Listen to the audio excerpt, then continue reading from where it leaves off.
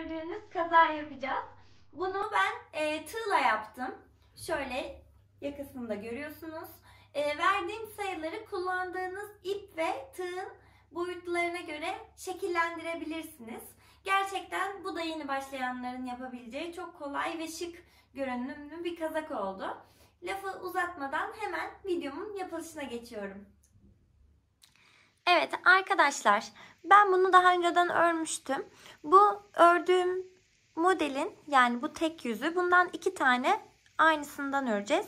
Şimdi ikincisini beraber öreceğiz. Ondan önce 3 ile 4 kalınlığında şöyle bir böyle hafif pamuklu bir ipim var. Ben 4 numara tığ kullanıyorum. Şimdi örgümüzde şöyle buradan başlayacağız. Hatta ben şöyle bir ip bırakarak başladım bu parça için ama önemli değil, bırakmaya da bilirsiniz. Böyle yukarıdan aşağı gidip gelip öreceğiz. Bu şekilde tamamlanacak.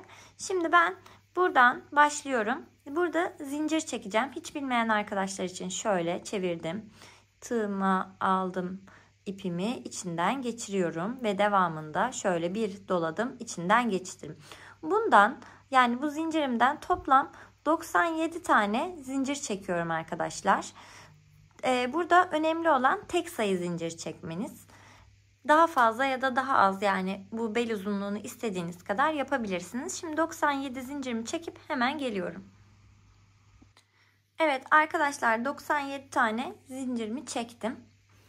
Şimdi hemen birinciye değil ikinciye şöyle sık iğne yapıyoruz. Yani batırıyorum. İpimi aldım. Bir kere de bitirdim. İkinciyi yaparken tığıma doladım ipimi. Şöyle hemen sıradaki deliğime batıyorum. Ve 2 kere de bitiriyorum. Ve ikili trabzan yapmış oluyorum. Yani bütün sıra boyunca bir sık iğne yapıyorum. Bir tane de ikili trabzan yapıyorum.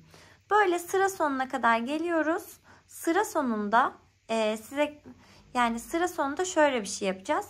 Buralara etek kısmı hafif böyle havuç görünümü olsun diye ilmek kaydırma yapacağız. Şimdi ben sıralarımı tamamlıyorum. Son çiftimi yapmıyorum. Yani ikili trabzanımı hemen gelip ne yapacağımı, yani ilmek kaydırmamı gösteriyorum.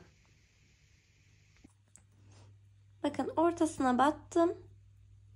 Şöyle zincirimi çekiyorum. Yani içeriden tığımı doladım. Ve burada tekrar ilmek kaydırma yapıyorum. Sadece bu kenarda bu işlemi yapıyorum. Normal bir sık iğnenin üstüne bir sık iğne geliyor. İkili trabzanın üstüne ikili trabzan geliyor. Ve örgüme bu şekilde devam ediyorum. Kenarlarda, yani iki uçta da yine bir zincir çekip yukarıya çıkıyorum ve ördüğüm ilmeğin üzerine batarak devam ediyorum. Bu şekilde omuz kısmına kadar örüyorum arkadaşlar. Omuz kısmını kendi bedeninize göre ayarlayabilirsiniz.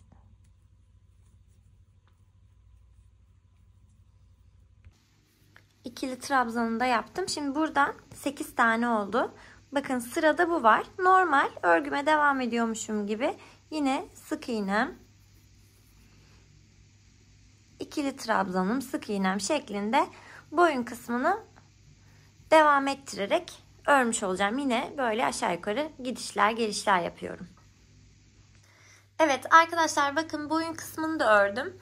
Boyun kısmını da minimum 22-23 santimetre genişliğinde olması gerekiyor. Tabii iki tane ördükten sonra böyle kafanızdan geçirmeyi de deneyebilirsiniz. Yani kafanızdan geçmesi de gerekiyor. Bu da önemli bir şey. Ama yani 23-24 santim yaparsanız geçeceğini tahmin ediyorum. Daha sonrasında da yine bakın buraya kadar böyle geldim.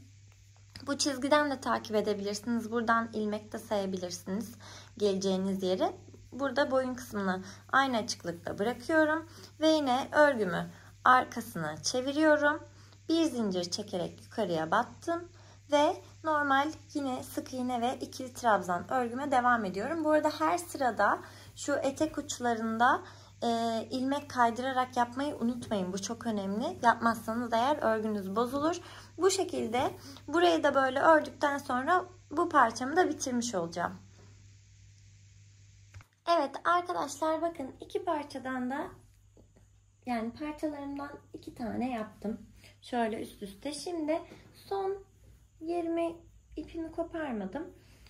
Öncelikle burayı birleştireceğim. Daha sonra kol evimi bırakıp buradan bu alt kısmını şöyle birleştireceğim. Nasıl birleştirdiğimi hemen size göstereyim. Tahmin ediyorum izleyicilerimiz vardır. Ben ilmek kaydırmayla birleştireceğim arkadaşlar, tığla. İsterseniz iğne iplikle de tabii ki dikebilirsiniz. Şimdi şöyle öncelikle bu uçtan şöyle tığımı bu tarafa aldım. Şöyle bu tarafa geçirdim. Ve bakın aslında çok basit. Şöyle karşılıklı ilmeklerimi geçiriyorum, alıyorum ve tek bir kere de çıkartarak birleştirmemi yapıyorum. Şöyle batırıyorum. Şu şekilde. Gayet kolay. Böyle. Bakın iki tarafa da batırıyorum. İpimi aldım tığıma. Ve bir kere de çıkardım. Bu şekilde hem yakadan omuza kadar hem de kol altından alt kısımlarına kadar kapatma işlemimi uyguluyorum. Kol kalınlığını bunu siz istediğiniz ölçüde yapabilirsiniz. Kendi kazaklarınızdan koyup ya da bu omuzları birleştirdikten sonra üzerinize giyip ne kadar kalınlıkta bir kol yapmak istediğinize de karar verebilirsiniz.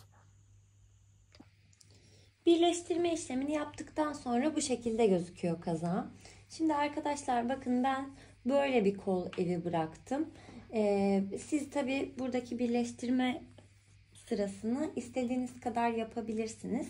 Aynı şekilde şöyle tam 97 zincirle başladım. Pardon, 79. Aynı şekilde 79 zincirle başladım. Şuraya şöyle gelecek şekilde ve burada toplamda 20 sıra ördüm arkadaşlar. 20 sıra ördükten sonra buradan böyle hafif bir eksiltme yapıp kolumu biraz daraltıp daha sonradan daha yine eksiltme yapmadan düz devam edeceğim. Yani bir tanesini ördüm. Şöyle göstereyim. Bu şekilde olacak yani kolum. Şöyle katladığımda da böyle olmuş olacak. Şimdi bu kısmını böyle azaltıyorum. Burayı ördüm ben şu anda. 20 sıra bakın. Bu şekilde oluyor. Yine 20 sırada azaltacağım. Bu azaltma işlemlerini de şuradan şöyle pıtçıklar çıkıyor. Buradan sayabilirsiniz. İşte 1, 2, 3, 4, 5, 6, 7, 8, 9, 10 tane olmuş olacak. Azaltmaları da hemen nasıl yaptığımı gösteriyorum. Şimdi sıra sonuna kadar geldim bakın. Bu arada 2 sıramın ucunda da bir tane sık iğne olarak bitiyor. Şimdi burada ikili trabzan kısmım kaldı. İkili trabzan kısmım kaldığında yine bir tane zincirle yukarıya çıkıyorum.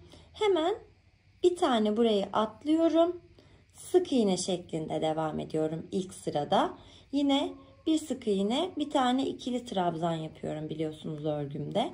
Bu şekilde sıra sonlarına geldiğimde de yine bu ucunda da aynı işlemi uygulayacağım. Daha sonradan da geri geldiğimde zaten bakın burada bir tane tek sık iğne bitirdiğim için sık iğne olarak devam edeceğim.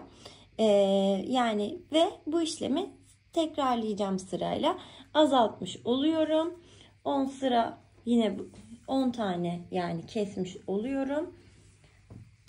İki uçtan da 10 tane kestiğim zaman toplam 20 oluyor. 79 iken başladığım zincir yani ilmek sayısı 20'yi çıkarttığımda burada 59'luk bir sıra kalıyor.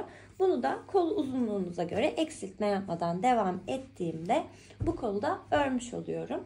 Şimdi iki kolu da öreyim. Yani birini ördüm zaten. Bunu da tamamlayayım. Sonra birleştirme yerlerinde yine birlikte birleştirelim ve kazağımızı sonlandırmış olalım. Hemen burayı da örüyorum. Son kol birleştirme yerinde tekrar buluşuyoruz.